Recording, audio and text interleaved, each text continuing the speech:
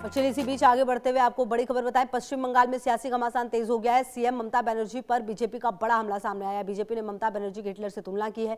Bengal BJP ने social media पर post तस्वीर की है। तानाशाह घबरा गया है, ये भी साथ में लिखा गया है। पश्चिम बंगाल बीजेपी जो उसकी तरफ से, ये देखिए, एक तरफ हिटलर की तस्वीर है, एक तरफ ममता बनर्जी की, और सियासी घमासान यहाँ पर अब तेज होता हुआ तुलना की गई है यहाँ पर। और देखिए कि किस तरह से इस फोटो को बनाया गया है और बंगाल बीजेपी की तरफ से पोस्ट भी किया गया है।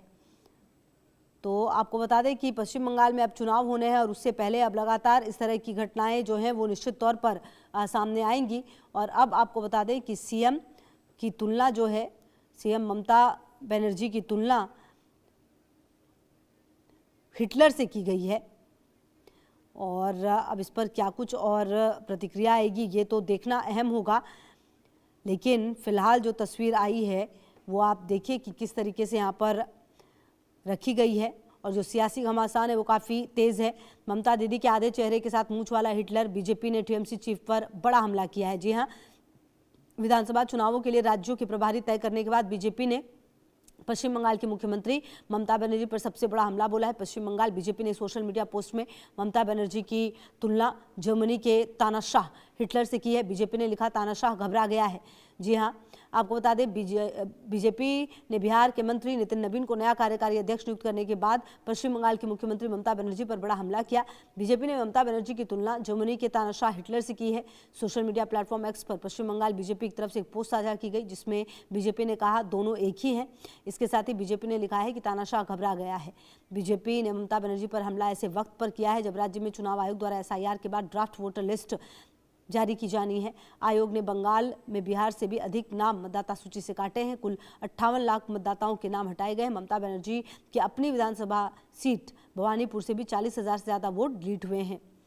तो आपको बता दें कि द डिक्टेटर इज रिलेटेड लिखा हुआ है। और रैनिक दत्ता हमारे से होगी ज़्यादा जानकारी के लिए हमारे साथ। रैनिक, देखिए, चुनाव प्रभारी तय किए गए, बीजेपी को नया कार्यकारी अध्यक्ष मिला और उसके बाद से ही अब ऐसा लग रहा है कि एकदम फॉर्म में आ चुकी है बीजेपी। पश्चिम बंगाल चुनाव में ये बड़ा हमला जो है वो किया गया है ममता बनर्जी पर।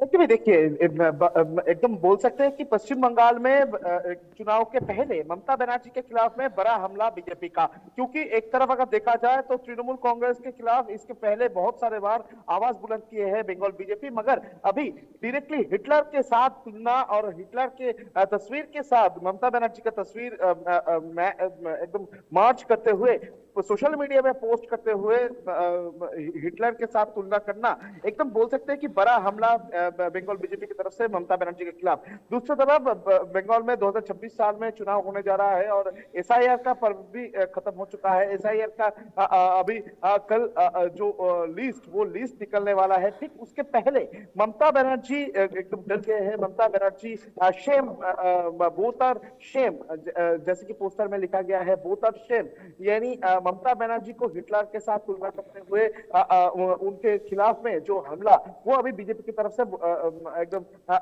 हमला बोला गया है। दूसरी तरफ अगर देखा जाए तो बंगाल चुनाव के पहले बंगाल में भी बंगाल बीजेपी एकदम उठे लगकर पड़े है कि किसी भी हालात पर टीएमसी को एक भी जमीन वो लोग छोड़ना नहीं चाहते हैं और इसी वजह से हर एक बात को लेकर बीजेपी अभी टीएमसी के ऊपर लगातार हमला बोल रहे हैं। कुछ दिन पहले लियोनेल मेसी का जो मामला हुआ था, लियोनेल मेसी जब कोलकाता में आए थे, उस वक्त जो घटना घटा था उसको लेकर भी बीजेपी सरब हुए थे। बीजेपी की तरफ से प्रोटेस्ट किया गया था। आज भी बीजेपी की तरफ से लगातार उसको लेकर बयानबाजी किया जा रहा है।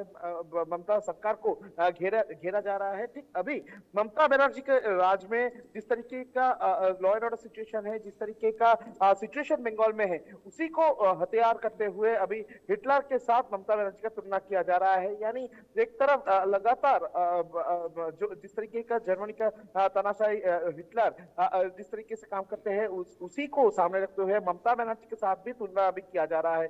तो बोल सकते हैं कि चुनाव के ठीक पहले अभी बीजेपी एक भी जमीन छोड़ने के लिए राजी नहीं है टीएमसी को, और इसी वजह से टीएमसी को किसी भी हालात पर वो लोग घेरने का कोशिश कर रहे हैं। और लगातार जैसे देखने को मिल रहा है कि ममता बनर्जी के ऊपर लगातार टारगेट किया जा रहा है। सिर्फ यही नहीं, राज्य सरकार के एक एक जो काम है उसके ऊपर भी निंदा किया जा रहा है, उसके ऊपर ऊपर भी लगातार हमलावर हो रहे हैं बीजेपी। तो कुल मिलाकर बीजेपी हर एक साइड से जो भी मौका मिले उस मौका को इस्तेमाल करते हुए टीएमसी को घेरने का जो कोशिश वो अभी बीजेपी की तरफ से किया जा रहा है। बिल्कुल। और देखिए कहीं ना कहीं रहने का ये कुछ नया एक्चुअली नहीं हो रहा। पिछले कुछ समय से जब से सोशल मीडिया पर बहुत सारी चीज़ें चलती हैं और उसके बाद जब ये तुलना की गई है तो कहीं ना कहीं अब देखना ही आएगा कि टीएमसी की तरफ से किस तरह से प्रतिक्रियाएं सामने आती है, क्योंकि जिस तरह से अब चुनावी जंग की एक तरह से शुरुआत हो गई है, टीएमसी भी अब चुप नहीं बैठेगी, उनकी तरफ से भी तमाम चीज़ें की जाएंगी और जवाब भी दिया जाएगा। सबसे बड़ी बात यह भी है कि एक तरह से जो ये पोस्टर सामने आया है यानी कि ये ऐलान है, जंग ऐलान है कि देखिए अब चुनाव शुरू हो गया और अब हम बता रहे हैं कि जिसको आपने प्रतिनिधि चुना है वो हिटलर है।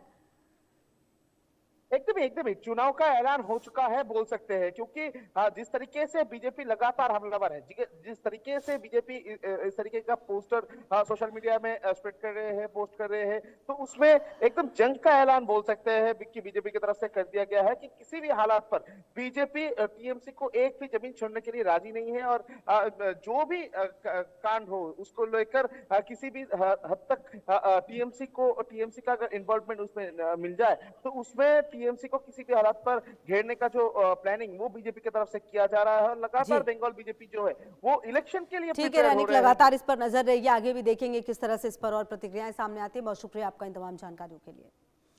बढ़ते आगे, जम्मू कश्मीर पुलिस को बड़ी कामयाबी मिली है। जम्मू के